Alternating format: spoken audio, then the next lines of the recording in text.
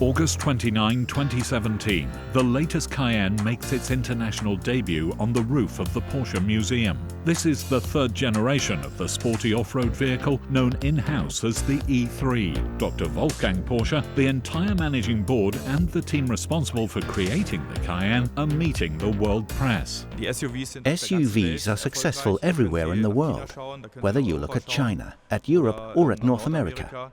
And that makes SUVs attractive for manufacturers too, because for them it means large sales volumes.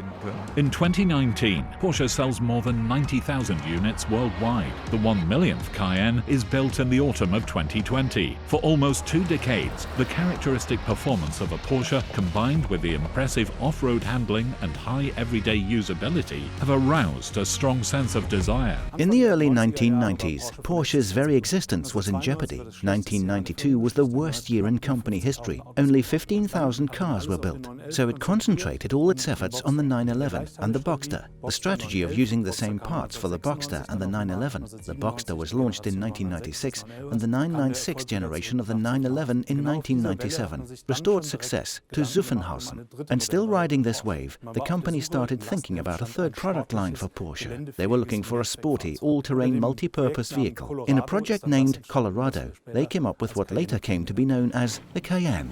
Over 1 million Cayennes have been delivered, a milestone. It all started some 20 years ago when the E1 was designed. Even in the freezing cold, like here in Canada, Porsche is breaking new ground with its SUV series. They thought about it for a long time and did some surveys to see whether customers could imagine a sport utility Porsche. They were very cautious, saying that it would have to be a sporty SUV too.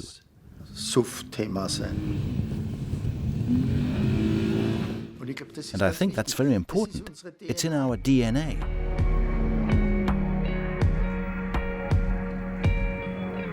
For Porsche, as a sports car manufacturer, growth meant that we also had to look into building vehicles that were not in the two-seater category. Because finding a dealer in Asia, in China, who was willing to invest money in order to sell Porsche sports cars was unthinkable then, and still would be today. In Asia, you drive a 4-seater, and if you have lots of money and can afford lots of hobbies, you can buy a 2-seater to go with it, but not the other way round. That's why we came up with the Cayenne. The Cayenne was the category of vehicle that offered us the greatest potential, and it worked.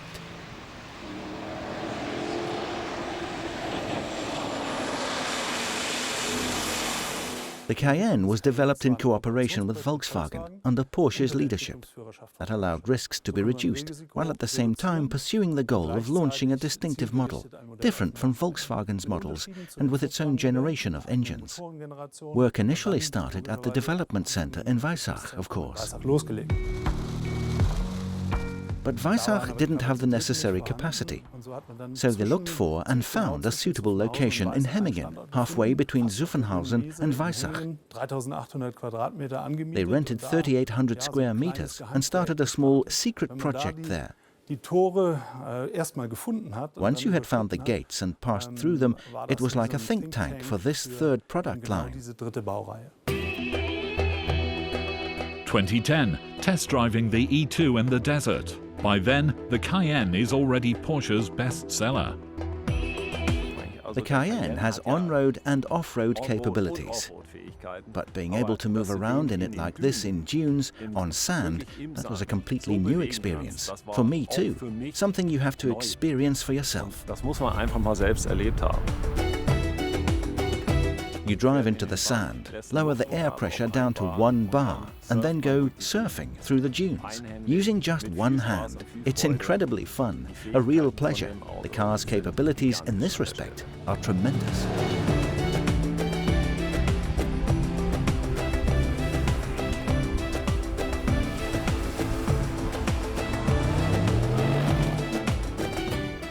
Afterwards, you drive out of the dunes, pump up the tires, and start driving on the road again. It's just fascinating. For Porsche, in particular, the success of this model comes from combining sportiness with the genes of the SUV. All the things we have implemented in the Macan or Cayenne are features that we have already tested in motorsports or in our two-door sports cars. And it is precisely this combination that makes the Porsche's SUVs so successful. Early summer 2017, the caravan of developers working on the E3 is travelling across Spain in the heat. With the E3, it took almost 3 years, during which we repeatedly carried out so-called complete vehicle tests in different climate zones. We went to cold regions a number of times. We visited different warm regions, and we also did a dune test. The Cayenne sets the bar very high. It must remain fully functional even after a mud fight or after driving through deep snow. It needs to offer a certain degree of comfort when driving off-road, and the vehicle must give you a sense of being very safe. An SUV simply needs to be able to do that. And an SUV made by Porsche has to be better at everything. Details that have been tested worldwide under a wide range of extreme conditions are fine-tuned here on the in-house test track in Weissach until the car is ready for series production. The success story of the Cayenne continues unabated, thanks in part to the clever strategy of building derivatives. The Cayenne Coupe, on the market since 2019, is very popular. Around a quarter of all Cayenne customers worldwide opt for this even sportier version. The idea behind the Cayenne Coupe was the question, how can we visually convey an even higher level of sportiness? And it was clear that this is simply a matter of the fly line. Hans-Jürgen Broller is referring to the steeply sloping roofline of the Cayenne Coupe, a nod to the design of the 911. The optional retro-style sports seats are a real eye-catcher. The concept is entirely coherent. The car drives differently. The differences are clearly noticeable, and it looks different too. Porsche begins electrifying the SUV back in 2010, thereby becoming a pioneer within the segment.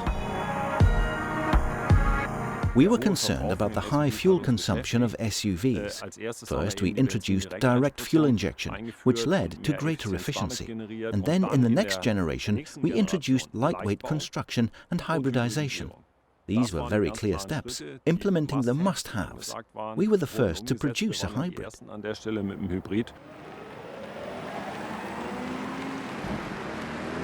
Now we have updated it in the form of plug-in hybrids. That was a very important step, which has also led to a higher acceptance in the way SUVs are perceived. Powerful and efficient, key attributes of the plug-in hybrid models of the Cayenne. In 2007, the Cayenne is the pioneer within the Porsche universe with the first modern-day GTS model, entirely optimized for sports and a success right from the start. That was an incentive for everyone, of course, also for the Boxster colleagues, for the 911 colleagues. They didn't have a GTS. The Cayenne was the first model to bring back the GTS theme from the company's history. It was a great success. We rolled it out, and we are very happy with it today. The 1 millionth was a GTS.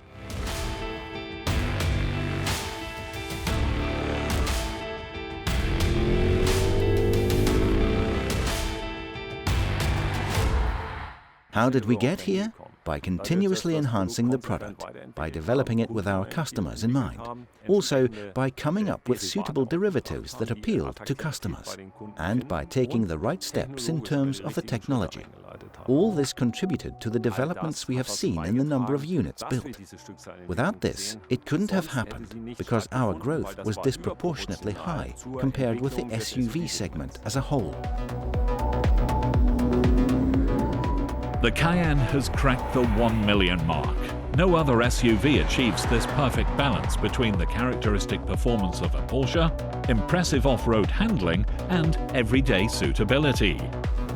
But Porsche has never been one to rest on its laurels. The story of the Cayenne will continue, with many new, exciting chapters.